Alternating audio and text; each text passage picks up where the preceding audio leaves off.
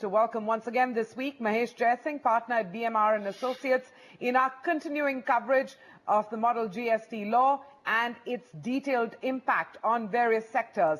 Our stop today is the realty sector and the infrastructure space. Mahesh, good afternoon. Thanks very much for joining us. Good to have you in our Mumbai studio. We've been talking from Bangalore this week. Welcome to Mumbai. Let's start with realty first. Again, I'm keeping it very straightforward and simple so that companies of all shapes and sizes that are listening get the message clear. GST, the model law, and, the starting point for realty, the implications. Should we start with construction contracts? Yes, I think that's the most critical part of whether it's real estate or the infrastructure, the construction contracts. So construction contracts by their sheer nature have both goods as well as services. So they have always historically been treated to be a works contract. Now, these contracts under the current indirect tax regime are subject to VAT at the state level and service tax at the central level. So you've got these contracts which are subjected to both these laws, and the invariable dispute that contractors face is, if a contract is, say, for 100 crores, how much do I offer to a VAT and how much do I offer for service tax? Both the laws have their respective valuation rules, and over time, principles have emerged as to how do you carve out a contract of 100, but more often than not, the tax that gets inbuilt, or rather the tax that gets subjected, is about 120 to 150% of the contract value. And there is, in some sense, this is the classic industry that is suffering a dual tax under the current regime. And come GST, what will replace is that you'll have only a GST on the entire contract value. So all of the disputes of landing up paying tax on more than your contract base will hopefully be a thing of the past. And to that extent, while we will proceed on covering real estate and infra, construction contracts and that industry will certainly welcome this GST levy, because it makes it far more simple to have one tax on a particular turnover, which is not the thing, the procedure today. Okay, so unequivocally, it's a benefit for those that are actually entering construction contracts. Applies to realty, applies to infrastructure and beyond. Now let's just focus on real estate, Mahesh, and zero in on what developers in this space are going to be grappling with in the new GST regime.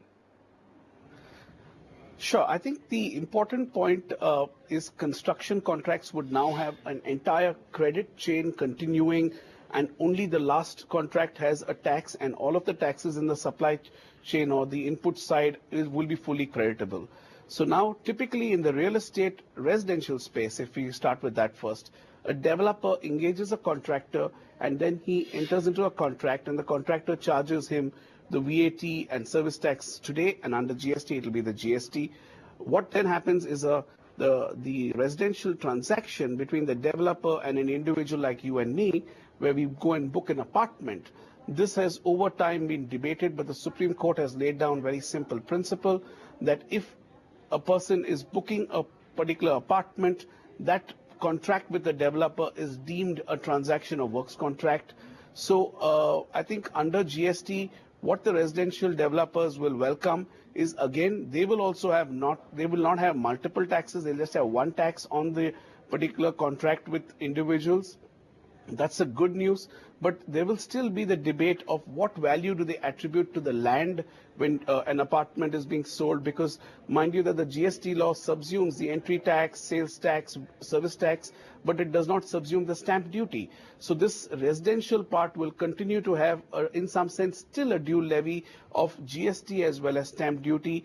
So developers, yes, are welcoming it because it brings down a lot of issues that they currently face in the indirect tax regime.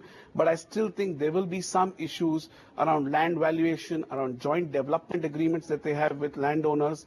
Those aspects will still be issues that they'll have to deal with under GST.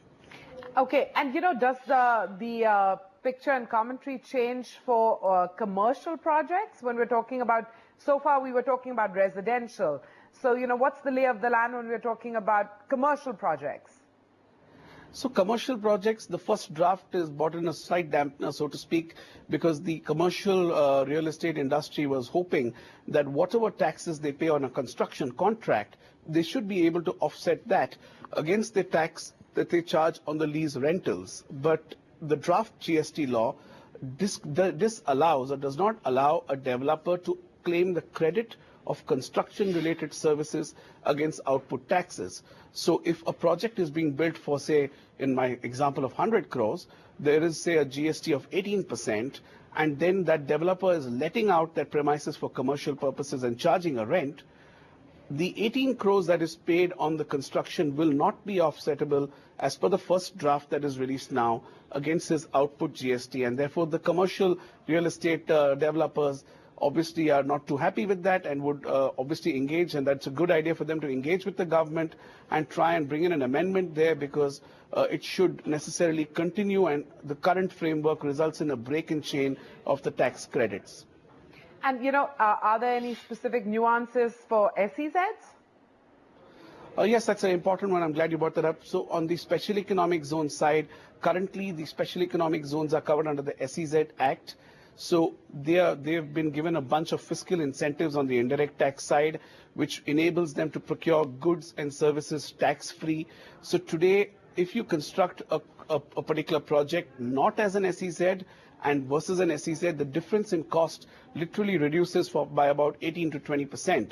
So what the current draft model GST law does is it's silent about the benefits available to the SEZ under the current regime, and developers are a little worried, to say the least, because on one end we have got a corporate tax holiday that is going to come to an end soon, but more importantly, if the indirect tax benefit is taken away under GST, then it really may not make the entire SEZ setup itself very viable from a financial side. I think there is a disconnect with the SEZ Act, so there is enough room for them to make a case before the government to ensure that the current benefits available for setup of an SEZ continue under GST as well. So some harmonization initiatives certainly needed as far as SEZs are concerned. I'm going to now move on to the larger infrastructure space, although realty, of course, is a big part of it. But I'm talking more specifically about, for example, power projects, airport projects, indeed, renewable energy projects as well. When you're looking at GST, and I know that, that's a huge sort of landscape to cover in one go. So you pick your approach, Mahesh, but broadly speaking, when we say infrastructure and we think about the new GST regime, the model GST law, what are the big things that stand out?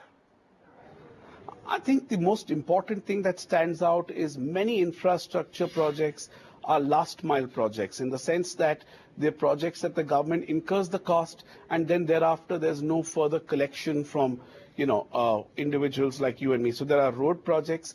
Today, road projects are exempted from service tax, but not exempted from VAT. So the law is not yet listed out what kind of contracts will be exempt or not, but we do hope and expect that the GST law should bring about no tax on construction contracts for roads, because what that then does is just simply escalates the cost of the road and government spends. But it's also important to note that getting in an exemption may not be very helpful. It should be zero rated, because if a main contractor is doing a construction of a road and if he's going to be exempt, then he loses his tax credits.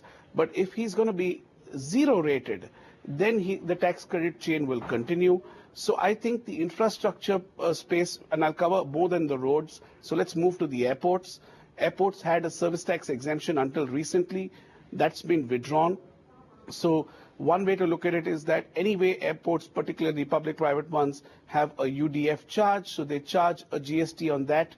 So there's no real problem for them to incur a GST on the input side.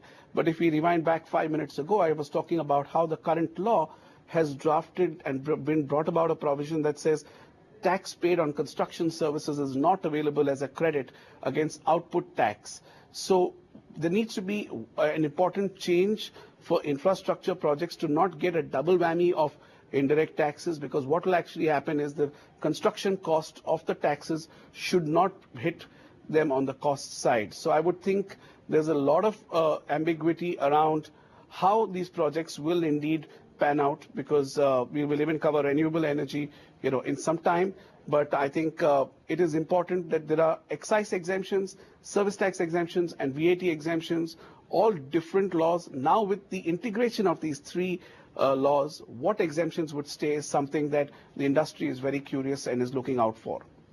Unfortunately, Mahesh, that's all we have time for today. So, we will leave that, detailed chat on renewables for another day. Really appreciate your insights as always. Broadly, we've looked at realty and we've looked at broad swaths of infrastructure impact under the new GST regime. Mahesh Jaising, thanks very much for joining us in our Mumbai studio today from BMR and Associates. We're going to be talking to a